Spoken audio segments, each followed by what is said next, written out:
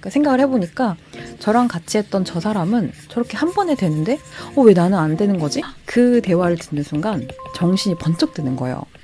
숙제 해오는 양은 저 친구랑 똑같은데 왜 쟤는 빨리 늘고 저는 좀 잘 안 늘까요? 라고 질문하는 경우들이 있거든요. 그러면 안녕하세요, 만입니다. 보고 듣는 에세이 월간만이 영상이고요. 오늘은 비교하는 마음 그리고 열등감에 대한 이야기를 해보려고 해요.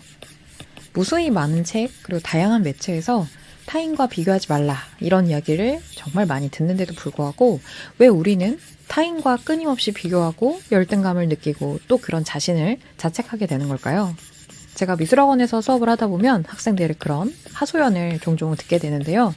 최근에 제가 그림과 전혀 상관이 없는 수영에서도 열등감을 느꼈던 경험이 있어서 그 이야기를 여러분들과 함께 나누면 좋을 것 같아요. 제가 작년 말에 수영을 시작하고 한 3달 정도가 지났어요. 그래서 지금 한 2월경부터는 접영에 들어갔거든요.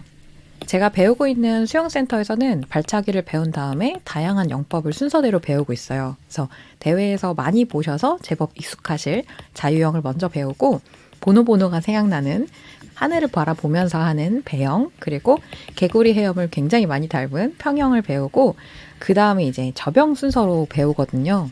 지금 제가 배우고 있는 게 접영 발차기 단계예요. 그래서 학원에서 아침까지 이제 특강 수업 하다 보면 컨디션 관리가 잘 안 되거든요. 그래서 빠진 날이 많다 보니까 접영 발차기 그리고 팔 돌리기 동작 단계를 굉장히 지지부진하게 진도가 나가던 중이었어요. 뭐든지 배우는 단계가 그렇지만 좀 알 것 같은데 싶으면 바로 다음 시련이 찾아오잖아요. 모든 영법을 처음 배우는 순간에는 이게 말이 되나? 자세가 이게 말이 돼? 동작도 좀 안 맞는 것 같고 속도도 안 나는 것 같고 막 어렵네 하다가도 열심히 반복을 하다 보면 이게 되네? 하는 반복이었거든요. 안 되다가 되게 하는 이 반복된 연습 과정을 통해서 조금씩 성취감도 느끼고 배우는 과정이 정말 즐겁구나 라고 느끼고 있었어요. 근데 이제 접영 발차기까지 배우고 그날도 평소처럼 다른 영법을 점검하면서 반복 연습을 하고 있었어요. 근데 2월 초가 되니까 새로 등록하신 분들이 한 몇 분 오셨는데 그중 새로 오신 분들이 수영복도 굉장히 화려하고 뭔가 이 장소가 되게 익숙해 보이셔서 굉장히 신기하다 하면서 봤었거든요. 왜냐면 저는 처음 갔을 때 정말 쭈뼛쭈뼛 이렇게 들어가기 전부터도 주변 이렇게 살피면서 겨우겨우 들어갔었고 그리고 대부분의 신입으로 오시는 분들이 더 좀 비슷한 느낌이었거든요. 근데 굉장히 익숙해 보이셔서 그래서 수영을 배웠던 경험이 있는 분들인가 보다 하고 좀 직감을 했어요. 그리고 수영을 좀 배워보신 분들은 아시겠지만 수영복의 그 화려한 정도라든지 과감한 디자인 이런 것들로도 좀 유추가 가능한데 역시나 회사로 치면 신입이지만 경력직처럼 다들 이제 평영이나 접영을 배우다가 다시 등록을 하신 것 같더라고요. 그래서 그런가 보다 하면서 저는 접영 발차기와 열심히 또 사투를 벌이고 있었어요. 그런데 새로 오신 분들 중에 저와 나이가 비슷해 보이시는 여성분이 계셨거든요. 근데 저와 진도가 똑같은 거예요.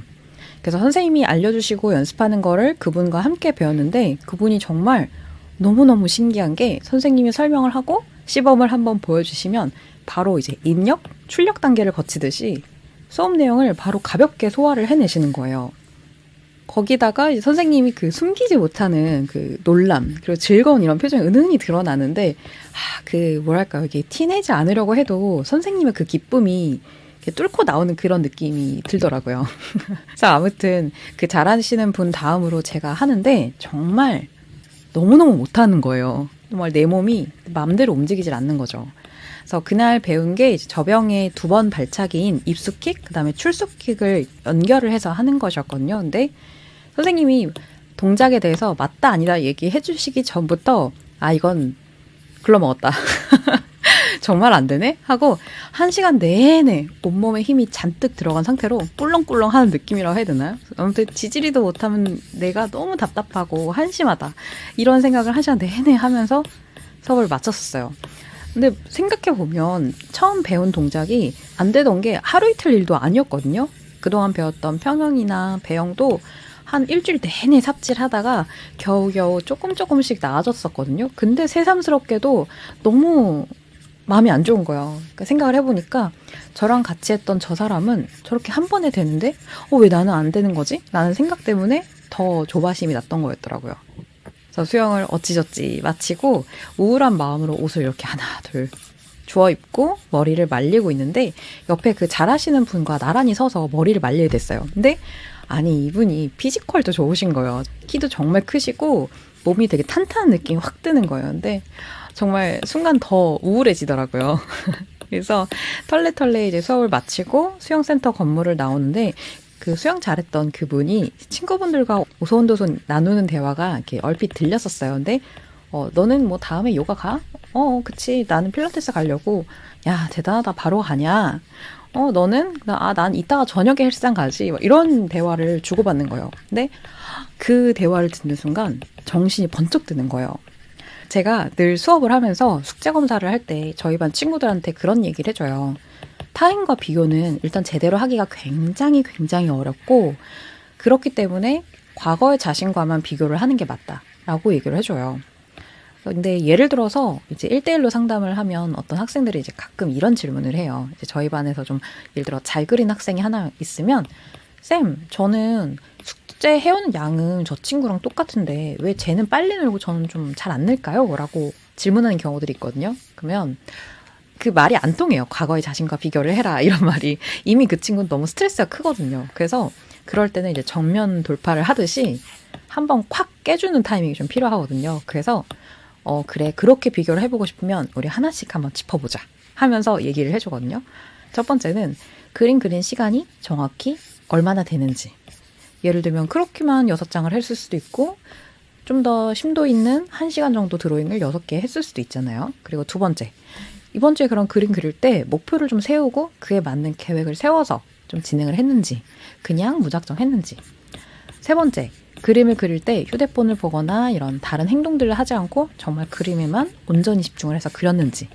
그리고 네 번째는 하루치 분량을 다 그리고 나서 내 그림에 대한 셀프 피드백을 한번 해봤는지. 그리고 다섯 번째, 잘하고 싶은 분야를 계속 다시 한번 상기하고 수업 피드백을 떠올리면서 했는지.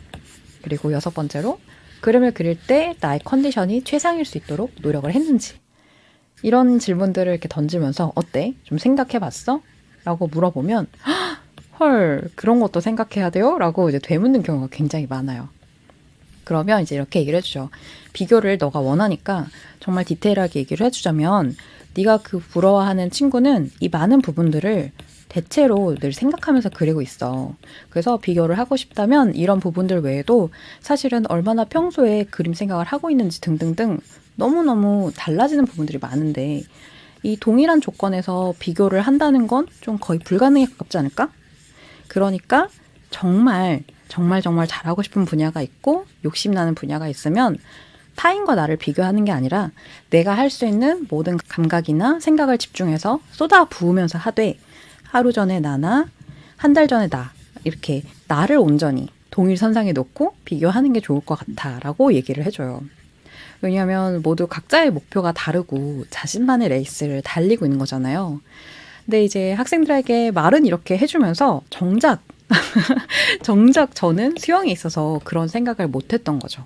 그래서 그 수영을 잘하던 사람이 수영을 잘하기 위해서 평소에도 다른 운동을 병행하고 있다는 거, 그 사실 하나 외에는 사실 나머지는 너무 모르는 거잖아요. 이전에 어떤 운동을 했는지도 모르고 그분의 근육량이 얼마나 되는지, 뭐 수면의 퀄리티나 식단은 어떻게 하고 있는지, 그리고 수영 수업 시간에 얼마나 집중을 해서 하고 있는지 등등등등 정말 아무것도 모르면서 단순하게 그 상황과 그 시간에만 잠깐 비교를 하면서 오래하는 게 굉장히 어리석은 생각이었구나. 정말 바보 같은 생각이다.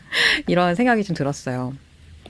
요새 제가 가르치는 학생들 중에 07년생이 이렇게 잘 그려 뭐 이런 내용의 유튜브 영상을 보거나 같은 반 친구들의 실기력 그리고 자신의 실기력을 좀 비교하면서 이렇게 우울해할 때가 있거든요.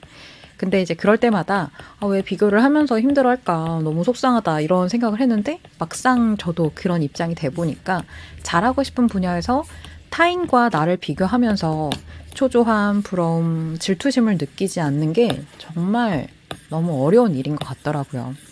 근데 심지어 저는 제가 본업으로 삼는 분야가 아닌 운동에서도 그런 생각이 들었잖아요. 근데 자신이 본업으로 삼고 있거나 혹은 대학 입시를 준비하고 있거나 등등등 정말 내가 정말 최고로 잘하고 싶은 분야라면 더욱이 비교하고 좌절하는 경험을 하지 않는 게 어렵겠다는 생각이 들었어요. 그러니까 이런 생각이 드는 건 자연스러운 것 같아요. 이렇게 비교하는 마음, 열등감 이런 것들이 다 우리가 잘하고 싶은 마음이 있기 때문이거나 성취 욕구가 강해서 실제로 다양한 도전을 했고 의미가 있다고 생각하는 성과를 이룬 사람들일 수도 있거든요. 그래서 만약에 열등감에 시달린 상황에 있으시다면 비교하기에 어려운 상대와 나를 비교하고 있진 않은지, 그리고 과거에 비해서 내가 실력이 는 부분에 대해서는 너무 가볍게 혹은 당연하게 여기지는 않는지 한번 생각해 보셨으면 좋겠어요. 이번 월간만이 5호도 좋으셨다면 마니아트 채널에서는 이런 보고 듣는 에세이가 매달 발행되고 있습니다. 그림에 대한 내용도 다루고 있으니까 구독과 좋아요 그리고 알람 설정 눌러주시고요. 그럼 우리는 다음 영상에서 만날게요. 안녕.